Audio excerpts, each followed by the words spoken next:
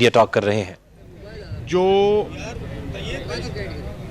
OIC کا جو forum ہے اس کا جو انڈیپینڈنٹ ہیومن رائٹس کمیشن ہے اس نے 2-3 دن کی ڈیلیبریشنز کی اور مقبوضہ کشمیر کی صورتحال پر انہوں نے اپنا ایک جائزہ پیش کیا.